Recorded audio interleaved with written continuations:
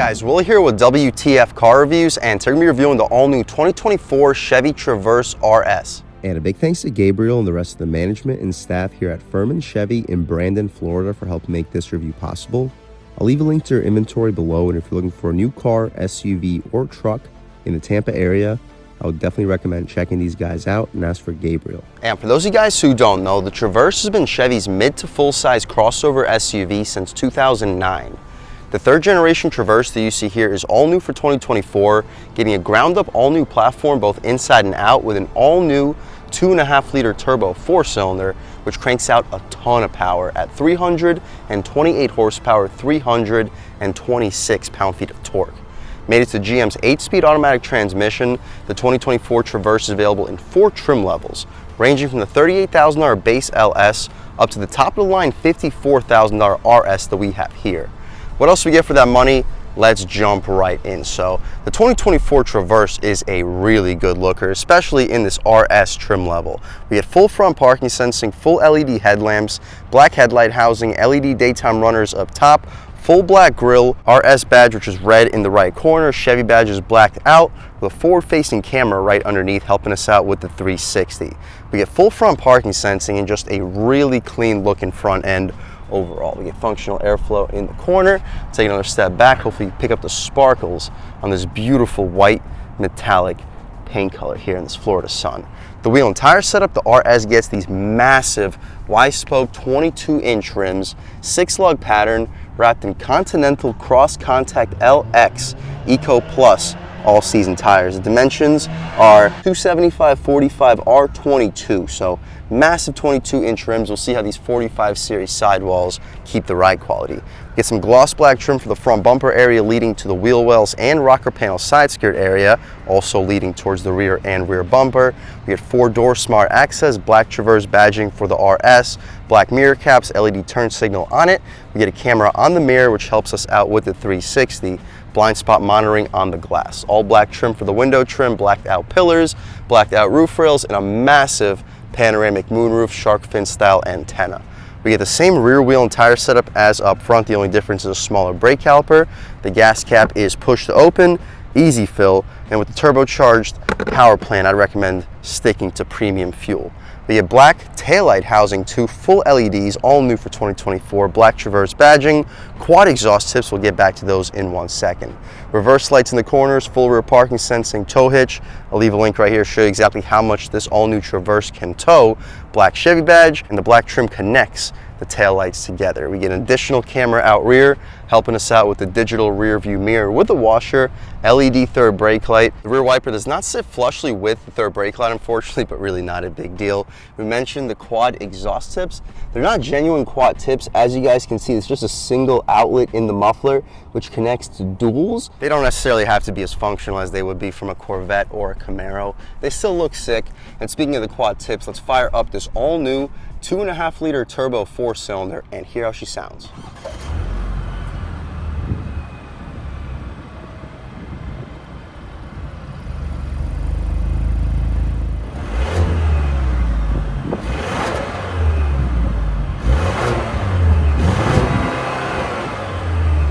Alright guys, that was the sound of the all new 2.5 liter turbo 4-cylinder sold by Chevy for the 2024 Traverse. And it sounds okay, cranking out a lot of power at 328 horsepower, 326 pound-feet of torque, sending the power either to the front wheels or all-wheel drive system, made it to an 8-speed automatic transmission. You can expect 0 to 60 in around the mid-6 second range, making it a pretty decent performer. We get hydraulic struts, those are appreciated. We can shut this hood, slip that in my hand real quick, take a step back, walk around this 2024 Traverse RS one more time. And towards the end, once we fire up this SUV, you'll see the running lights and all that, but I'm sure you guys can get a pretty good idea. Taking a step inside, well, before we take a step inside, let's take a quick look at the window sticker here on this 2024 Traverse RS front-wheel drive. Standard features, you guys can pause, take a look. Base price is $54,200. Options, about $1,000 for this white metallic paint, $275 for the floor liners, $175 for the cargo area, and $100 credit for the wiper park not being available. $1,345 in total options, $1,395 for the destination, totaling us out a tick under $57,000. So we are getting up there in price, but as you'll see inside, there isn't an option or feature that is missing on this SUV except for maybe the A instead of the F. But fuel economy, 23 combined MPGs, no one's complaining about that. 20 in the city, 27 on the highway. We mentioned the 4-door smart access. Taking a step inside, we'll set the lights, they're already at auto. Up top, we get soft touch, we get some red carbon flash trim for the center area, 2-person memory seats, lock and unlock aluminum door handle, gushy soft leather armrest, red contrast stitching, auto one touch for the driver. I kind of wish they added that for at least the passenger. Power folding mirrors, 4-way adjustable, trunk release, solid storage, easily stacking 2 footlongs on top of each other with a 24-ounce water bottle right next to it. You get one of your Bose premium speakers on the door panel, and it sounds really good. We get a Chevrolet aluminum nameplate as we step inside. The seats are leather, red contrast stitch with white contrast for the inside portion, perforated, heated, and ventilated. We get 4-way lumbar. You can recline, drop, lift, and slide the front seats. But taking a step inside, we can really check it out. Foot on the brake, engine start, stop, and everything fires right to life. But first thing you notice, just like the exterior, this is an all new interior. We get these massive displays for the digital gauge display and infotainment. I'll leave a link right here to show you the exact size. The steering wheel is also all new. We get a flat bottom and says RS on it. This wood, sort of wood trim for it. It's more like a plastic material, but it feels super premium. Thick wheel, no 10 and 2 just like on the outgoing generation, but not a big deal considering the thickness of this rim. The 9 and 3 also fits perfect in your hand. On the left side we have our radar cruise control with following assist and our active steering for the Super Cruise. Awesome. In the center we have a rubberized horn area, loud and aggressive horn. We'll see if we get dual panes. We do not get dual panes, but it's a very thick single pane of glass. On the right side, we get a heated steering wheel, voice commands. You can hang up and answer your phone calls, skip, and you can adjust the infotainment. Right now, we're looking at a map as a heads-up display. That is premium. Press it one more time. You get our advanced safety features. Press it again, calm screen, and right back to where we start. I kind of wish it was labeled so you can really see what they call each and every screen, but if that's my only complaint in this SUV, that says a lot. For the Super Cruise function, you get this sensor for the driver. I'm not going to take the plastic off, let the potential owner do all that. We get auto headlamps and auto high beams, and the wiper controls are all adjusted on the same stock on the left side. I haven't seen any other vehicle do everything on one stock except for pickup trucks because they have that entire stock on the right side for the gear selector, but I guess that's the same thing here. It's a very Mercedes style gear selector. You can drop it down for drive, lift it up for reverse. And speaking of reverse, that is a really high resolution screen. We don't take up the entire screen in this view. We get a 360-degree camera, a super high resolution backup camera with guidance lines and trajectory. That's our rear facing. You can also check out your front facing. It does not have guidance lines or trajectory, but you can check out your overhead and the side view. For the rear view, you can also check out your overhead with guidance lines and trajectory, side view, and hitch view, all very convenient with all the adjustments down below. When you throw it back into park, we'll see if we return back to the home screen. We do not. You got to press, oh yeah, you do. It just takes a second to return to the home screen. But speaking of screen, we'll stay in demo mode. I'll show you guys what is going on over here. You have vehicle status, Google Assist, Play Store, wireless, Apple CarPlay and Android Auto, camera, Alexa, trailering, settings, ambient lighting, auto park assist, all of that. The map, let's see what we got going on. We got to review all the privacy settings next. Go to map. Cool. So super high resolution screen. The response is unbelievable. Definitely one of the best in the business. Huge thumbs up to Chevy for always making some of the best overall infotainment systems, especially considering the price point. But that was probably my personal favorite screen to leave it at all times. So we'll do exactly that. Beneath that, we have our climate adjustments, temperature, heated and ventilated seats, recirculation, and vent controls with the location of the vents. We also get hard buttons down below for the vent controls, defrosters, and the actual temperature of it. Big thumbs up for GM for also including the hard buttons. We have more of that red carbon trim, some soft touch material beneath it, engine start stop, aluminum outlining the air vents, very premium overall feel, some stitching for where your knee will often hit, wireless charging pad, 2 cup holders, you'll fit 24 to 32 ounce bottles, storage slot, you'll fit probably 3 or 4 wallets, a couple iPhones in there as well. Gushy soft armrest, white and red contrast stitching, storage space is solid, you'll probably fit 5 or 6 iPhones in this top tier, and inside you're fitting probably 6 to 8 1-liter bottles of soda, LED light as well. The glove box, let's check it out. It is damp, not lined with felt, but it's massive. You're fitting 35 license plates in there. Easily fit 2 pairs of shoes, maybe fit a 3rd pair as well. Red contrast stitch, soft touch, dashboard too. We don't get the heads-up display as a standard feature here, unfortunately, but really not a big deal. We do get the digital rear view mirror. That's a nice feature. 3 adjustments for it. Doesn't look like we have garage home link opener on this SUV, but I guess not the end of the world. We get our panoramic moonroof. The shade opens up really slowly, so I guess I'll catch back with you or check out some other stuff in the meantime. Sunglass holder, we get our voice commands, OnStar, SOS, and hazards up top. Be careful not to press SOS or OnStar if you're reaching for the hazards. Interesting location. Looks like the shade just opened up. That took a really long time. Let's see if the glass takes just as long. Sorta, but it shouldn't be too bad.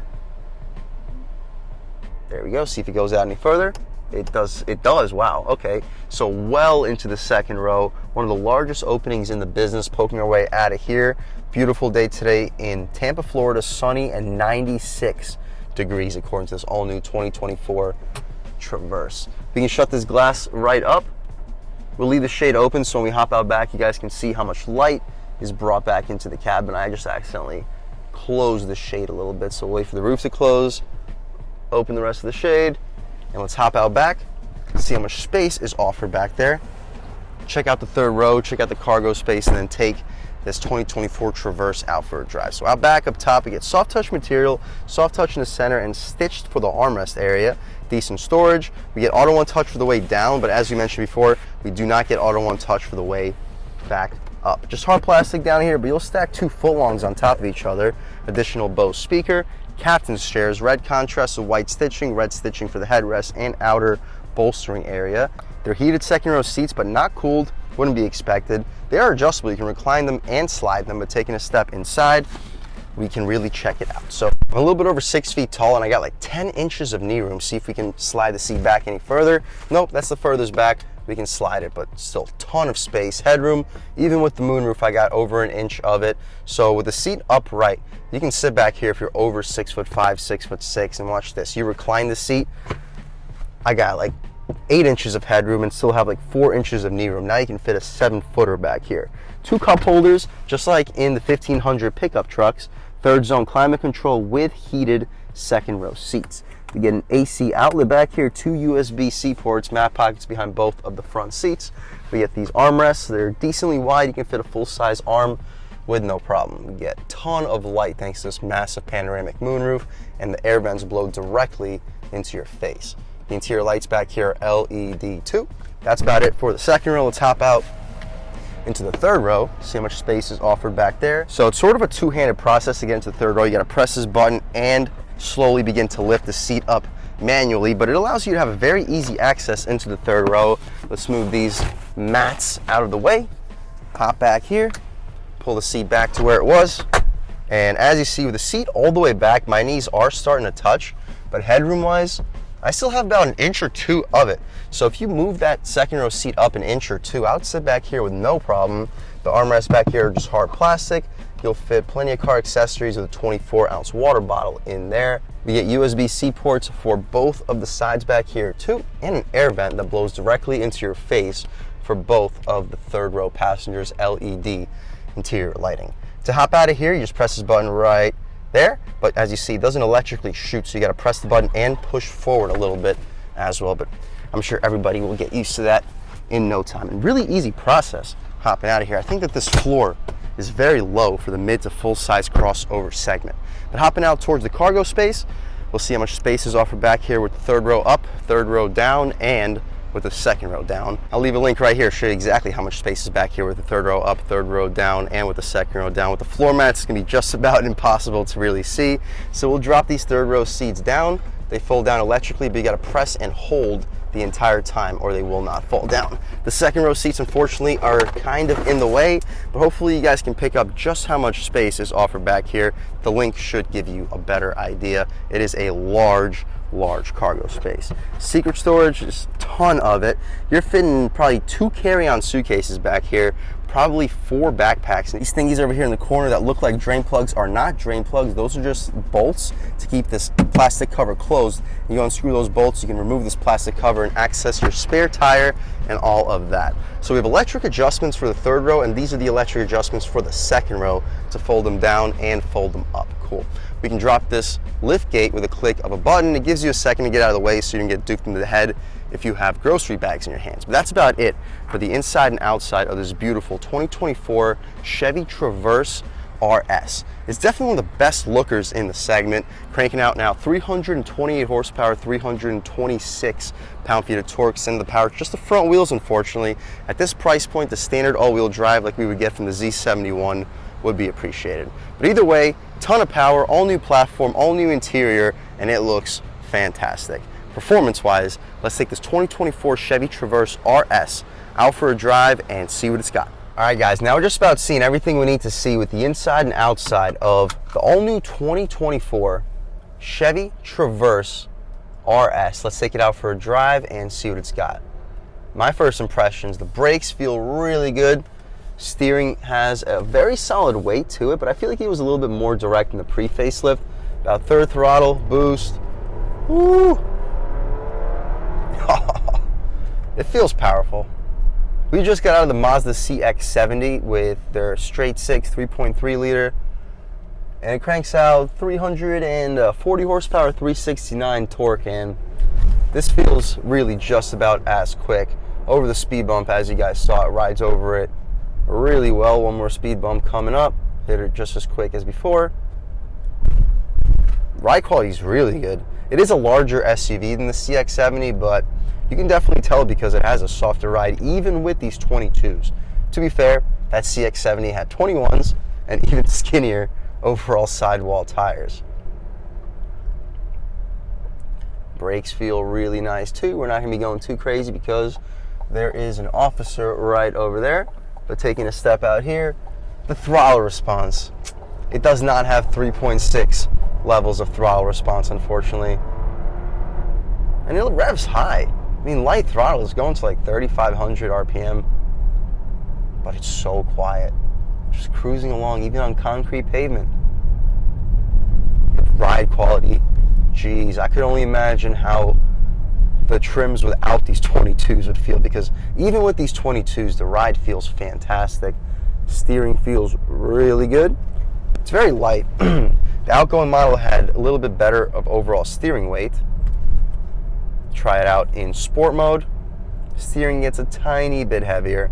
We lose a gear for our overdrive. Fuel level low, 42 miles to E. I guess that makes sense. Taking a step out here in sport mode, about half throttle, little delay, but woo! Yeah. Little torque steer, but nothing too crazy. As soon as you let off that throttle, it's so quiet in here. Make sure we're good. We are good. Throwing it in quicker than we should. Little push, but woo-hoo!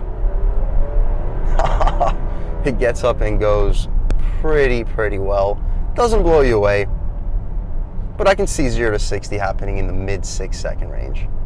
Taking a step out here in sport. Yeah, the throttle gets more sensitive, but not too much so. I wouldn't recommend driving in sport on a daily basis, but if you want to show off to your friends a little bit, show them what the new Traverse can do with the turbo, sport is cool, and I also feel like it has a little bit less turbo lag since it gives you a slightly more aggressive throttle sensation. Handling that was good. Half throttle, woo! Good low end, good mid range. We'll take a step out onto this multiple lane highway, open her up a little bit more, see what she's like up top. See what she's like at higher speeds when it comes to isolation, and then wrap things up. We can take it out of sport mode, though I feel like not a lot of people will be doing their daily driving in sport. We'll just leave it in normal for now. That's probably the standard mode that 99% of the driving will be done in. Sport does make things more sensitive, but I wouldn't say it makes things much better. On the gas, second gear, torque.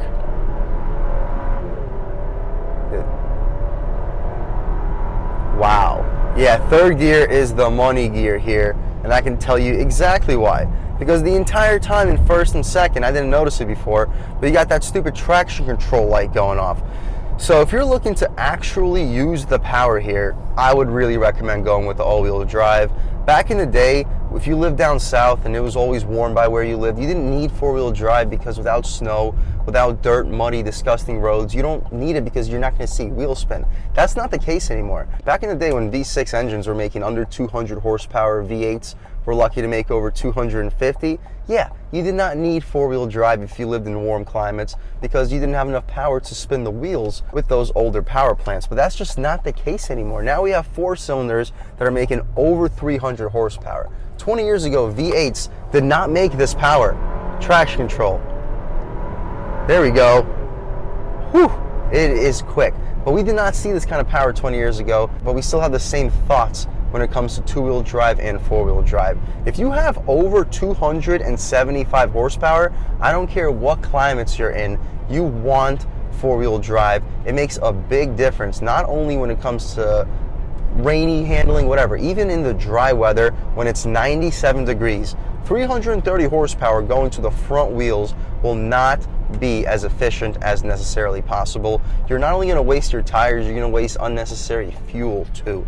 I understand that the all-wheel drive option is a few $1,000s, but I guarantee it'll pay off not only during your ownership, it'll also pay off when you go to sell the car with a little bit of extra resale value. Overall, if you're looking for a top-level luxury SUV, there isn't an option or feature that's missing here except for all-wheel drive. That I would recommend optioning in. But if you're looking for a top-level luxury SUV with well over 300 horsepower, 0 to 60, well under 7 seconds, a great ride, and great looks, this might be the best-looking SUV on the road today under 60,000 bucks. Let me know in the comment section what you guys think. But I think it's beautiful. I think it's really well loaded, and I think it's really comfortable. If that's what you're looking for, guys, with all-wheel drive, I would 100% recommend checking out the 2024 Chevy Traverse, and I would recommend checking out the RS. I mean, just look at it. And a big thanks to Gabriel and the rest of the management and staff here at Furman Chevy in Brandon, Florida for helping make this review possible. I'll leave a link to our inventory below, and if you're looking for a new car, SUV, or truck in the Brandon, Tampa area, I would definitely recommend checking these guys out. And as for Gabriel, and a huge thanks to all you guys for watching. I had a great time making this video. If you're new to the channel, please subscribe. If you've already subscribed, thank you so much. You guys know the channel is just not possible without you, and I really appreciate the constant support. But again, if you haven't subscribed yet, please subscribe. Leave a like too. It really helps me out with the YouTube algorithm. That's how these videos get promoted to new people. Leave a comment. Let me know what you like. Let me know what you don't like. Leave a comment. Let me know if there's any specific cars, SUVs, or trucks you want to see reviewed on this channel, and I'll definitely try getting those videos for you ASAP. But other than that, again, thank you guys so much for watching, and I hope all of you have a great day.